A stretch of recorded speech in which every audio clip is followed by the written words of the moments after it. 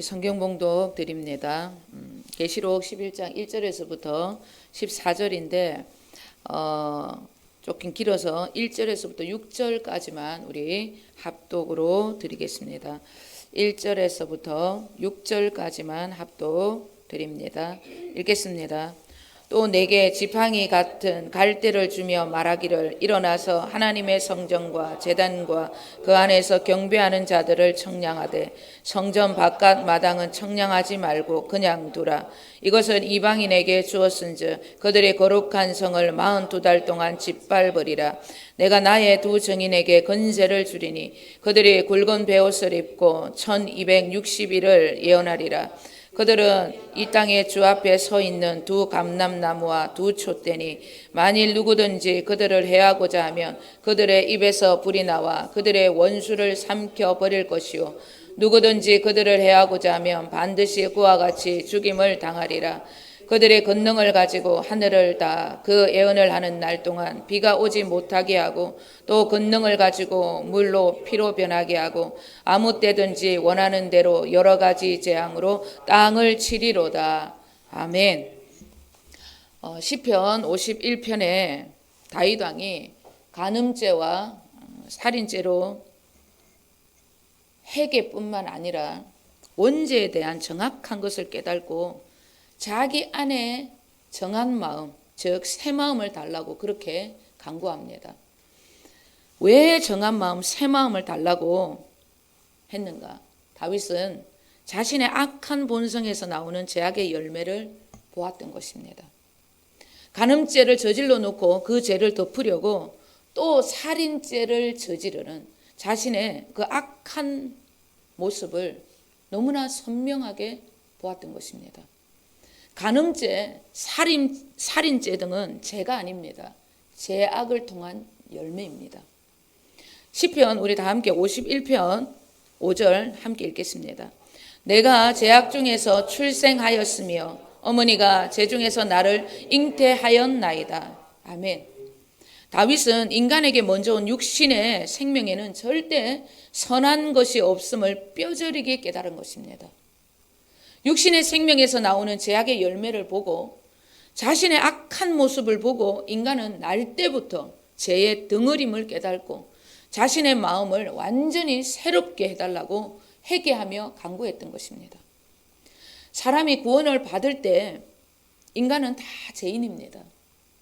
의인은 이 세상에 하나도 없습니다. 그런 말씀을 듣고 그렇습니다. 저는 죄인입니다. 그런 고백을 하고 나의 죄를 속량해 주신 주님의 죽음과 부활을 받아들이고 그 주님을 나의 주님으로 영접을 하고 구원을 받습니다. 구원을 받지만은 그때의 나의 죄됨은 전부 죄의 열매를 보고 죄인이라고 하는 것입니다. 절대 자신의 악한 본성을 깨닫고 죄인입니다. 그리 고백을 하는 이들은 없습니다. 왜 그런가? 구원의 시작을 통해 빛 대신 그리스도의 생명이 내 안에 나의 악한 본성을 비추어 주시기 전까지는 인간은 절대 자신의 악한 본성을 볼 수 없기 때문입니다. 빛이 없이는 어둠이 드러나지 않는 것이고 선이 아니면 악이 드러날 수 없는 것입니다.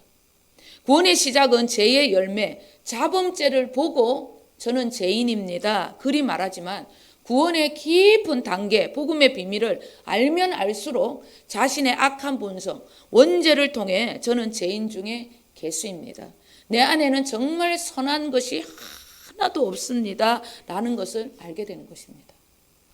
다윗 왕은 자신이 하나님의 특별한 부르심을 받을 만큼의 뭔가 특별한 자기 안에 선한 것, 남보다 나은 것이 있는 줄 알았던 것입니다. 내가 이 정도 이뤘으니까, 이 정도 고생을 했으니까, 이제는 좀 열심히 했으니까 그래도 나는 좀 선한 게 있겠지 생각하고 좀 편안하게 남은 여생을 즐기면 되지 않겠나, 그런 생각을 하게 된 것입니다. 그러니까 주님 앞에 나와 경배하고 주의 얼굴을 구하며 주님의 음성을 듣기를 간절히 소원하는 그런 영적인 삶에서 육신이 즐거워하는 삶으로 점점 세상의 즐거움을 추구하며 살게 된 것입니다. 그러니까 날마다 파티를 즐기고 여자들을 가까이 하니까 영적인 감각은 점점 무뎌지고 육신의 감각이 자신을 사로잡아서 음란의 영을 이기지 못해서 충성스러운 부하의 아내와 간음을 하게 되는 그런 죄악의 길로 들어서게 된 것입니다. 간음으로 인해 바세바가 아이를 베니까 온갖 거짓 것을 꾸며도 해결이 안 됨으로 인해서 끝내 충성스러운 부하까지 죽여버리는 살인자가 되어버립니다. 인간에게는 빛 대신 주님의 생명이 언제나 필요함을 잊지 않으셔야 합니다. 바울 사도는 누구보다 더 복음의 비밀을 깨달은 하나님의 사람이었습니다. 그렇게 충성스럽게 자신의 전부를 드리며 복음을 위해서 살았지만 복음을 점점 더 깊이 깨달을 때마다 자신의 죄악을 볼 수밖에 없었던 거예요.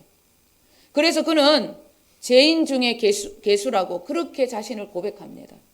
뿐만 아니라 내 육신은 죄의 법을 섬긴다면서 나는 공고한 사람이라고 그렇게 고백을 하고 있습니다. 바울 사도의 이런 고백은 인간에게는 언제나 주님이 필요하다는 것, 주님이 아니면 한시도 살 수 없는 것을 시사해주고 있는 말씀인 것입니다. 다윗 왕이 그랬고 바울 사도가 그랬다면 우리에게는 두말할 필요가 없는 진리라는 것을 우리는 분명하게 기억을 하셔야 합니다. 우리의 육신이 살아있는 한 주님과 함께하는 시간을 우선으로 드려야 하는 것입니다. 내 영혼이 잘 되는 일이라면 내 전부를 걸어야 하는 것입니다. 영혼이 잘 되면 범사가 잘 되고 강건해지는 것입니다. 내 삶에 있어서 물질도 건강도 다른 무언가가 부족하다. 그러면 내가 어디에 우선을 두고 살아가고 있는지를 우리는 내 자신을 잘 살펴보고 분별하셔야 한다는 겁니다. 열왕기하 4장 그리고 8장에는 아주 믿음이 좋은 수넴 여인이 등장을 합니다. 이 여인은 여호와 하나님을 믿고 살아가지만 하나님께 조금도 뭔가를 요구하는 일이 없었어요. 그런데도 이 여인은 언제나 하나님의 것을, 최고의 것을 맛보며 그렇게 살았습니다. 짜고 치는 것처럼 늘 그런 기적과 같은 주인공이 되는 영광의 그런 통로로 살았던 것입니다. 그녀에게는 언제나 하나님 아버지의 호의가 뒤따랐습니다. 수넴 여인에게는 많은 일이 있었지만 이런 일도 있었습니다. 자신이 사는 땅에 앞으로 7년 동안 기근이 있을 것이니까 선지자가 네가 이 땅에 있으면 안 된다. 네가 저 블레셋 땅으로 이민을 7년 동안 가라고 그렇게 말을 합니다. 자신의 집과 땅 많은 재산을 두고 가라고 하는데도 조금도 그게 여의치 아니하고 걱정하지 않고 아멘하고 즉각 순종을 합니다. 7년이 지나 자신의 집으로 돌아왔지만은 자신의 집과 땅 재산을 찾을 수가 없었어요. 그래서 이스라엘 왕 앞에 나아가서 자신의 집과 땅을 찾아야 했습니다. 증거를 대야 했기 때문에 그렇게 왕 앞에 가서 호소를 해야 하는 일이었기 때문에 그렇게 쉬운 일이 아니었습니다. 그런데 그때 참 이런 기적과 같은 일이 있었어요. 이스라엘 왕이 엘리사 선지자를 통해서 일어났던 하나님의 일을 듣고 싶어서 엘리사 선지자의 제자 게하시라는 사안을 불렀어요. 그러면서 엘리사를 통하여서 하나님께서 어떤 일을 행하셨는지 그 일을, 그 간증을 좀 해달라고 그렇게 그에게 이야기를 합니다. 그 엘리사가 입을 열어서 제일 이런저런 간증을 많이 했어요. 그런데 왕 앞에서 이제 입을 열어 어떤 놀라운 일을 전하려고 했는데 그 일이 어떤 일이었냐면 이 수넴 여인의 이야기였어요. 그 수넴 여인의 아들이 죽었다가 살아났던 그 놀라운 일을 이제 입을 열어서 그 하는 순간 어느 정도 했던 그 순간에 그 수넴 여인이 마침 왕 앞에 자기의 순서대로 자기의 재산을 찾기 위해서 그 왕 앞에 여러분 순서대로 호소하기 위해서 왕 앞에 왔던 것입니다. 엘리사 선지자가 그것을 보고 엘리사 선지자 제자가 게하시가 놀래가지고 왕이시여 저 여인입니다. 그리고 저 옆에 앉아 있는 저 아들이 죽었다가 살아난 그 아들입니다. 그런 기적 같은 일이 수넴 여인에게 일어났던 것입니다.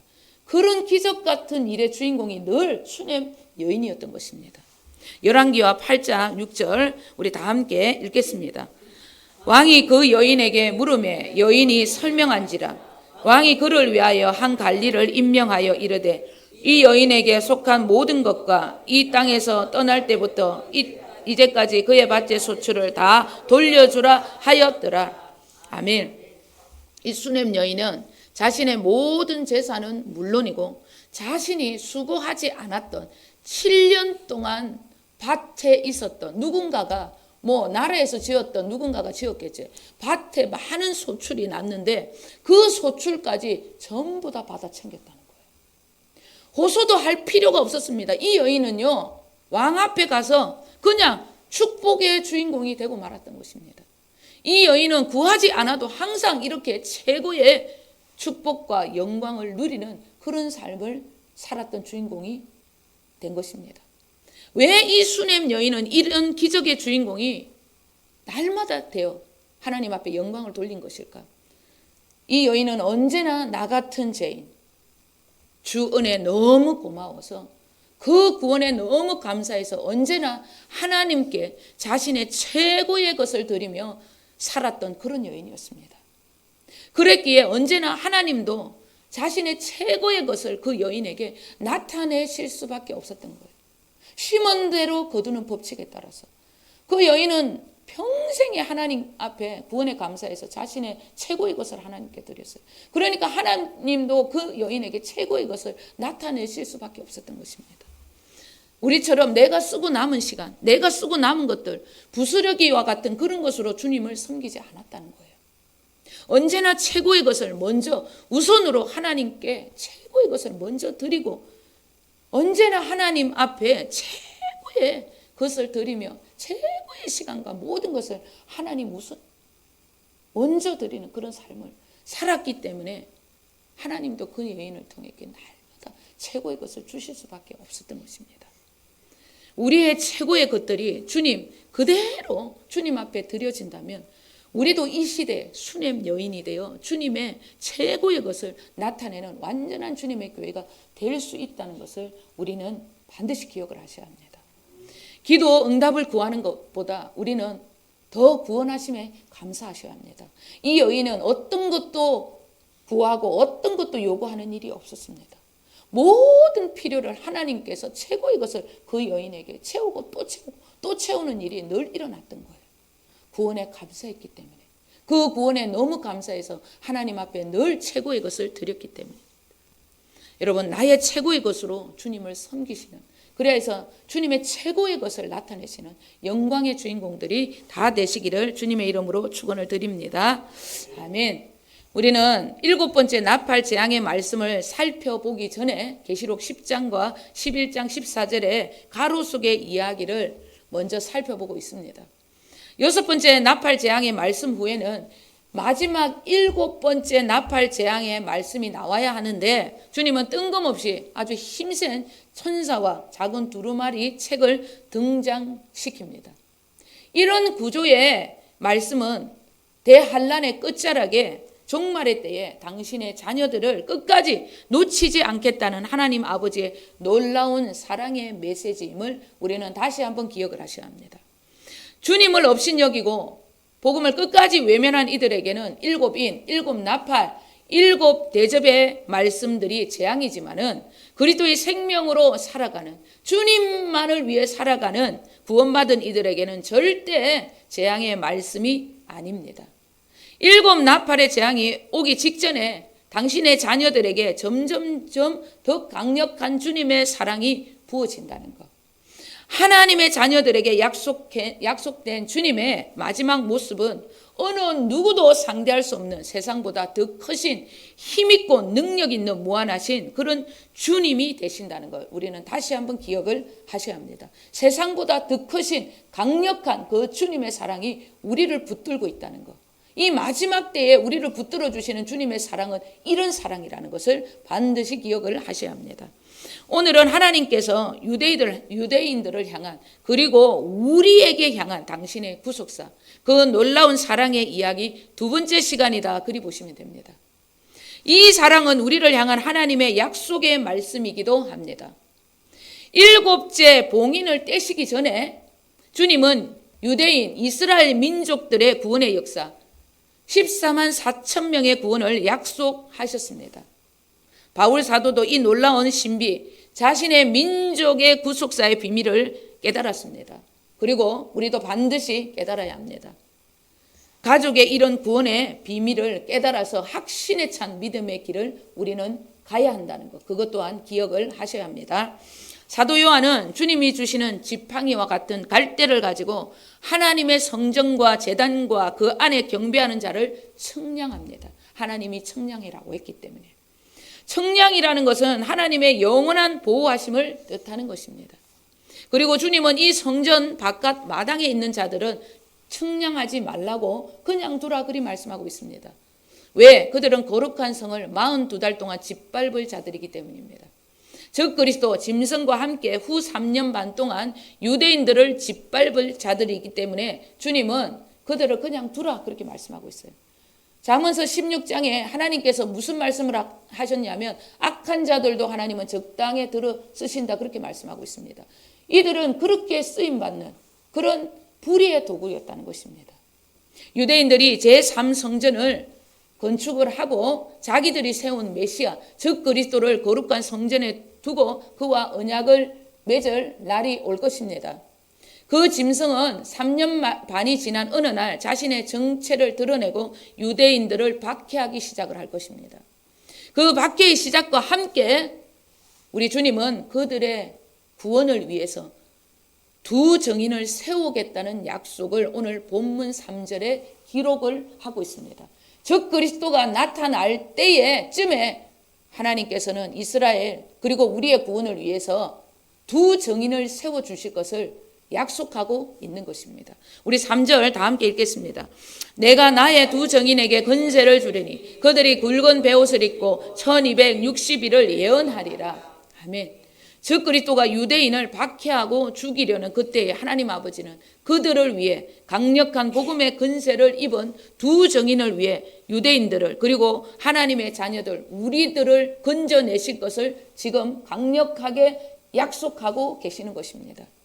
이 두 정인이 42달 동안 1260일 동안 권세를 가지고 주님의 입이 되어 대언하게 될 것을 말씀하고 있는 것입니다. 이것은 신천지나 이단 사냥꾼 교주들이 말씀하는 자기들이 두 정인이다 그렇게 말씀하고 있는 것입니다. 그러나 그런 해석은 전부 여러분 비진리임을 다시 한번 기억을 하셔야 하는 것입니다. 우리 5절 6절 다시 한번 읽겠습니다. 만일 누구든지 그들을 해하고자 하면 그들의 입에서 불이 나와서 그들의 원수를 삼켜버릴 것이요 누구든지 그들을 해하고자 하면 반드시 그와 같이 죽임을 당하리라. 그들이 권능을 가지고 하늘을 다 그 예언을 하는 날 동안 비가 오지 못하게 하고 또 권능을 가지고 물을 피로 변하게 하고 아무 때든지 원하는 대로 여러 가지 재앙으로 땅을 치리로다. 아멘. 이 두 정인의 권세가 엄청납니다. 즉 그리스도의 권세도 엄청나지만 그 악의 권세도 엄청나지만 하나님께서 세우시는 이 두 정인의 권세도 엄청나다는 거예요. 그런데 이 두 정인의 권세가 누구와 비슷하게 권능을 행하고 있다는 것. 엘리야와 모세 선지자 두 사람이 행한 권능의 역사를 그렇게 나타내고 있다는 것을 우리는 본문을 통해서 우리는 알 수 있습니다. 10절에 이 두 정인을 뭐라고 얘기하냐면 두 선지자라고 그리 말씀을 하는 것으로 보아 엘리야와 모세 선지자와 같은 그런 능력을 행할 자임을 뜻하는 것일 수 있다. 그렇게 여러분 생각하시면 됩니다. 엘리야 선지자는 구약의 선지자를 대표한다. 그렇게 보시면 되고 모세 선지자는 율법을 대표한다. 그렇게 생각을 하시면 됩니다. 자, 우리가 알아야 할 것이 참 신비한 일이 있습니다. 이 두 선지자의 죽음에 대한 신비한 일이 있었다는 것, 그것을 우리는 기억을 하셔야 합니다. 엘리야 선지자는 이 땅에 죽음 없이 하늘로 승천을 합니다. 예, 공중 재림을 뜻하는 것입니다. 그리고 모세 선지자도 죽어서 모압 땅 골짜기에 장사된 것으로 나오는데 그러나 오늘날까지 그가 묻힌 곳을 아무도 알 수 없다고 성경 그렇게 기록하고 있습니다. 누가 묻은 사람이 있을 건데 아무도 그것을 모른다는 거예요.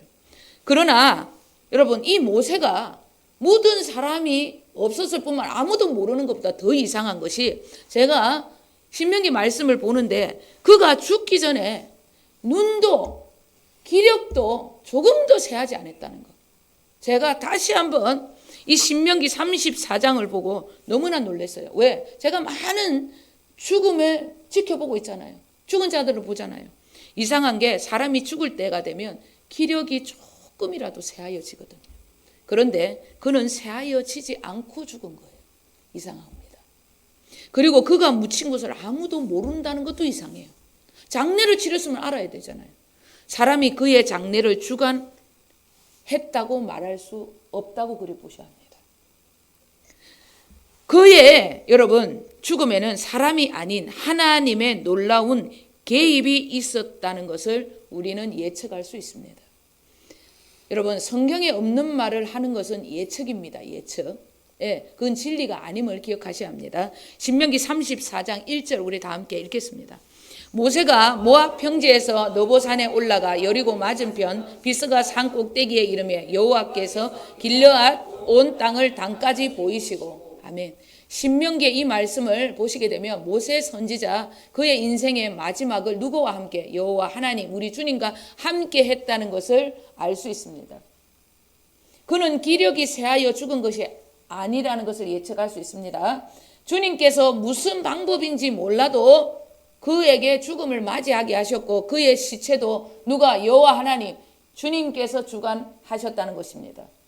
그렇게 예측을 할 수 있어요. 왜? 사람이 했다면 그 장소가 어딘 줄 알아야 돼요. 그런데 아무도 모르게 그가 죽었고 아무도 모르게 그를 장사했다는 거예요. 이것은 하나님께서 모세 선지자를 우상을 삼을까 봐 그렇게 하셨지만은 뭔가 하나님의 또 다른 우리에게 말씀하시는 미스테리한 비밀이 있다는 것은 틀림없는 거예요. 오늘 본문은 이 두 선지자, 이 두 정인을 엘리야와 모세의 권능에 비교했다는 것. 아마 이 두 정인이 율법과 선지자를 대표할 만큼 뛰어난 말씀의 사람일 것이다 라는 것도 예측해 봅니다. 그들의 입에서 불이 나와서 원수를 삼킬 정도로 완벽하게 율법과 선지자의 글을 깨달은, 그래서 완전한 복음의 비밀을 깨닫게 된, 저는 그런 예측을 해봐요. 유대인 랍비 선생들 중에 이런 자들을 세우지 아니할까 하는 예측도 해봅니다. 여러분 진리가 아닌 예측입니다. 그리고 더 깊이 들어가면 우리에게 이 모세와 율법 이 말씀을 깨닫고 그 깨달음으로 말미암아 이 신약 성경을 여러분 놀랍게 그 복음의 비밀을 깨달은 자, 그러한 정인들을 마지막에 하나님께 쓰신다, 그런 말씀일 수도 있다는 것, 그것도 예측해 봅니다. 여러분 적그리스도가 본격적으로 자신의 실체를 나타낼 때 이 두 정인도 율법과 선지자의 모든 글과 함께 이 계시록의 놀라운 비밀까지 깨뚫고 성령의 권능을 잊고 많은 이들에게 대언을 하게 되는 것입니다. 이 대언의 말씀, 엄청난 권능을 가지고 적그리스도를 대적을 했기 때문에 유대인들을 구원할 수 있게 되는 것입니다.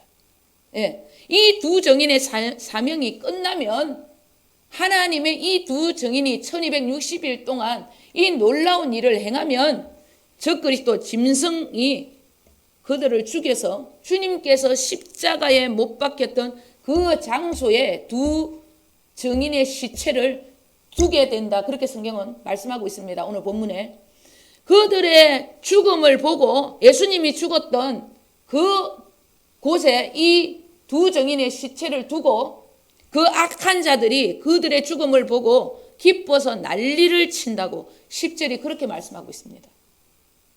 두 정인이 어떻게 순교했다, 그렇게 보시면 됩니다.